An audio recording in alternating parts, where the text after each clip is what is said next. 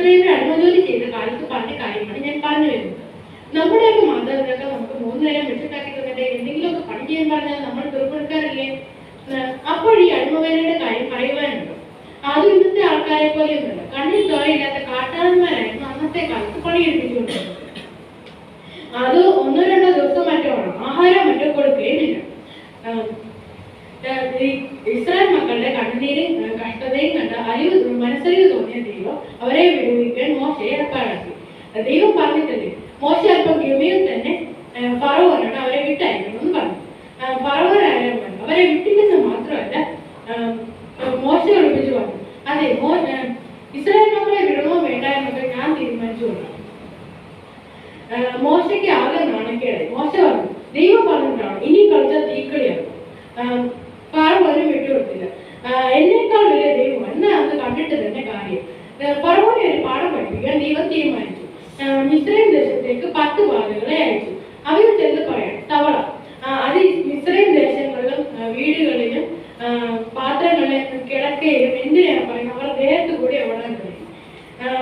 പേൻപാതിന്റെ കാര്യം പിന്നെ പറയാനുണ്ട്. നായിച്ച, വെട്ടിക്കിളി, കൂരിട്ട് അങ്ങനെ ഇല്ലാത്ത ബാധയൊന്നും ഇല്ലായിരുന്നു. എന്നിട്ട് ഫറവോൻ മോശയെ ഇസ്രായേൽ മക്കളെ കൂട്ടാക്കുവാൻ തയ്യാറായില്ല. അവസാനത്തെ ബാധയെ കഴിഞ്ഞ സഹായത്തോടെ മോശയ്ക്ക് പറഞ്ഞ ഫറവോൻ മനസ്സിലായി, ഇനിയും കളിച്ച തീക്കളിയാണ്. അങ്ങനെ മോശയെ വിളിപ്പിച്ച് പറഞ്ഞു, എന്റെ മോശ, നിങ്ങളെങ്ങനെ എനിക്ക് കിടക്കാൻ കഴിയട്ടെ, ഒന്ന് പോയി തരുമോ? അങ്ങനെ അവർ ഇസ്രായേൽ ദേശത്ത് നിന്ന് പുറപ്പെട്ടു. കുഞ്ഞു കുട്ടികൾ മുതൽ വളർത്തുമൃഗങ്ങൾ വരെ വലിയ ജാതിയെയാണ് അവർ പുറപ്പെട്ടത്. പുരുഷന്മാർ മാത്രം ഏകദേശം 6 ലക്ഷം പേർ ഉണ്ടായിരുന്നു. അങ്ങനെ അവർ കടൽ തീരത്ത് എത്തിയപ്പോൾ മോശ അവരെ ചെങ്കടലിൽ കുതിച്ച് ഉണങ്ങിയ നേരത്തൂടെ അക്കയെത്തിച്ചു. അവരെ പിന്തുടർന്ന ഫറവോൻ സൈന്യം വെള്ളത്തിൽ മുങ്ങിച്ചത്തു പോയി. ദൈവമക്കളെ പ്രയാസപ്പെടുത്തിയുള്ള ശിക്ഷയായിരുന്നു അത്. പിന്നെ കനാൻ ദേശത്ത് എത്തും വരെയും മഞ്ഞയും സമൃദ്ധവുമായ ആഹാരം കൊണ്ട് ദൈവം അവരെ പോഷിപ്പിച്ചു. ഈ ഇസ്രായേൽ മക്കളെ എന്ത് നന്നായിട്ടാണ് ദൈവം പരിപാലിച്ചത്. ഈ ദൈവം നമ്മളെ പരിപാലിക്കാൻ ശക്തനാണ്. ഈ ദൈവത്തിന്റെ കാൽപാതയെ പിൻപറ്റിക്കൊണ്ട് നമുക്കും ജീവിക്കാം. സ്ഥിതി കഷ്ടം തന്നെ.